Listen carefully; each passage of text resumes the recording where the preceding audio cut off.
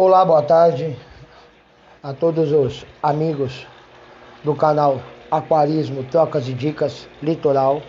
Hoje vamos falar sobre aquarismo. O que é aquarismo? O aquarismo ou aquariofilia é a prática de criar peixes, plantas e outros organismos aquáticos em recipientes de vidro, acrílico ou plástico, conhecidos como aquários, ou em tanques naturais ou artificiais para fim ornamental ou de estudo, distinguindo-se assim essa atividade da piscicultura ou aquacultura, que tem aspectos de produção. O aquarismo, assim como o paisagismo, é uma atividade que combina uma demanda por senso estético e conhecimentos técnicos diversos, como biologia básica, química básica e outros. Tipos de aquários. Os aquários se classificam basicamente em dois tipos, os de água doce e os de água salgada. Dentro dessas grandes subdivisões, outras classificações acontecem, baseadas em características de cada montagem, geralmente por tema, como os comunitários de cardumes, de ciclídeos africanos, plantados, ou por bioma, como os de arrecife ou rochas vivas, amazônicos, lagos africanos e outros. Os aquários para a prática de aquariofilia possuem diversos formatos e tamanhos, indo desde os aquários esféricos de betas até os aquários que ocupam paredes inteiras. É necessário escolher cuidadosamente sua forma e tamanho para que o aquário seja adequado aos peixes com que pretende povoá-lo. Habitantes. O número de espécies conhecidas de peixes e plantas podem ser mantidas em aquários, desde que se respeitem os limites e necessidades de cada espécie, como espaço adequado, compatibilidade de espécies, temperatura, iluminação, pH e dureza da água.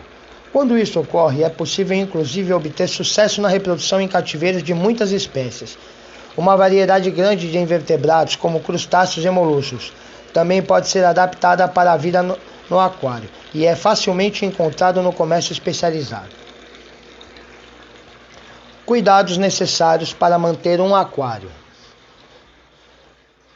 Para que um aquário se desenvolva bem, é necessário observar alguns cuidados mínimos. São estes: o tamanho e o formato do aquário, a filtração, a iluminação e a manutenção dos parâmetros da água.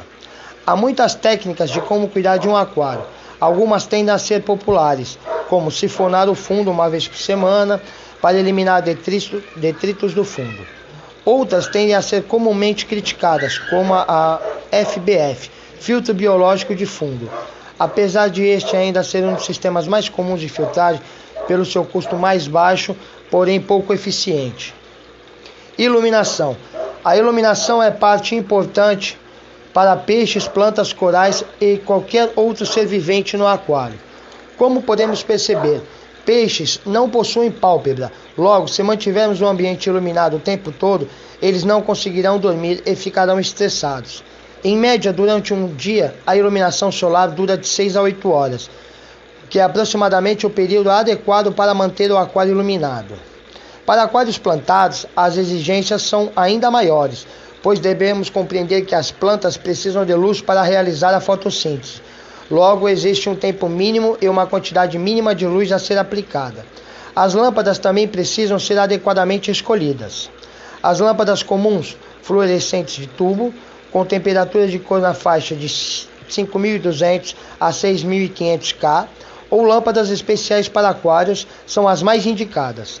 Também podem ser usadas lâmpadas compactas econômicas, na mesma faixa de temperatura de cor, já mencionada acima. As lâmpadas comuns têm luz branca, as especiais são rosadas ou azuladas. Os picos de cor do espectro luminoso que são utilizados pelas plantas aquáticas para a fotossíntese são respectivamente o azul e o vermelho.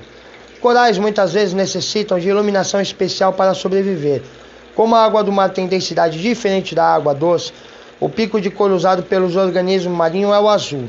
Deste modo, as lâmpadas indicadas para os aquários marinhos ficam na faixa de 10.000 K e têm tom azulado. Parâmetros da água.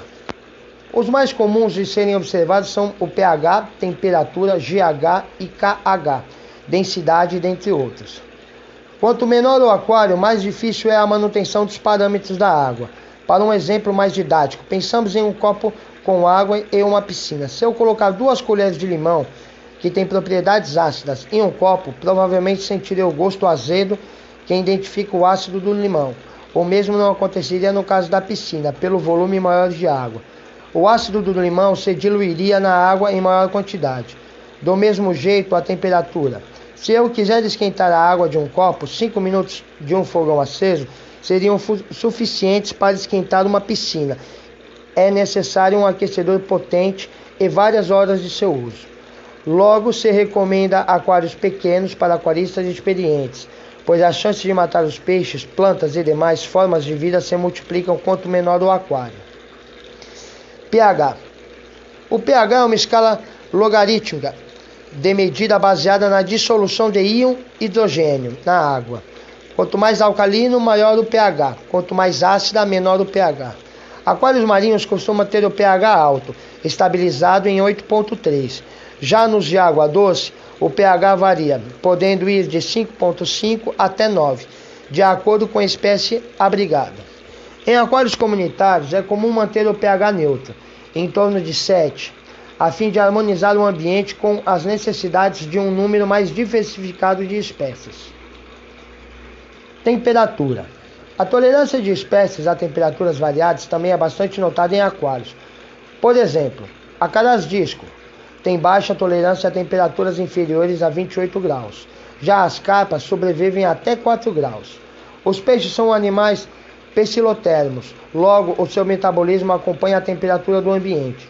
Para aquários marinhos com corais, este é um quesito de extrema importância, pois muitas espécies de corais morrem com temperaturas superiores a 30 graus e inferiores a 25. Se lembrarmos do caso do copo e da piscina, percebemos que o oceano ou mar sofre pouquíssima alteração durante o dia. Filtragem. O filtro ideal para um aquário, a vazão deve ser no mínimo 5 vezes que a litragem do flow. Os filtros mais recomendados são hang-on ou filtro externo, sump, canister e outros feitos por adaptação pelo próprio aquarista. DGH. DGH ou GH ou ainda DH é uma medida que determina a quantidade de íons de cálcio e magnésio diluída na água. Outros elementos podem ocorrer, mas em quantidades normalmente irrelevantes. A essa medida dá-se o nome de dureza da água. Quanto mais íons presentes, mais dura é a água. Em organismos vivos, aquáticos, está relacionado com equilíbrio osmótico. Como nos casos acima, há peixes com maior afinidade por águas moles e alguns por água dura. Neons e discos preferem água mais mole, enquanto o joia e o arautos preferem água mais dura. Embora não haja relação direta entre DGH e o pH da água, devido às propriedades dos elementos químicos envolvidos, há uma tendência da água alcalina ser também dura e da água ácida ser mais mole. Dureza. Quanto maior a quantidade de carbonatos e bicarbonatos, mais difícil é haver mudanças no pH. Amônia. A amônia é responsável por quase 70% da mortalidade de peixes em lojas ou aquário. Ela tem um efeito corrosivo que pode matar toda a fauna que estiver no aquário, cujo nível de amônia seja alto. A principal causa é a superpopulação ou deficiência na filtragem. Densidade. Costuma ser medida em aquários marinhos, com diferença que a água dos oceanos sofre uma variação muito menor no decorrer de um dia do que a de um aquário. Algumas espécies são muito pouco tolerantes a essas variações, só devendo ser criadas por aquaristas experientes. Obrigado a todos, tenham um bom dia.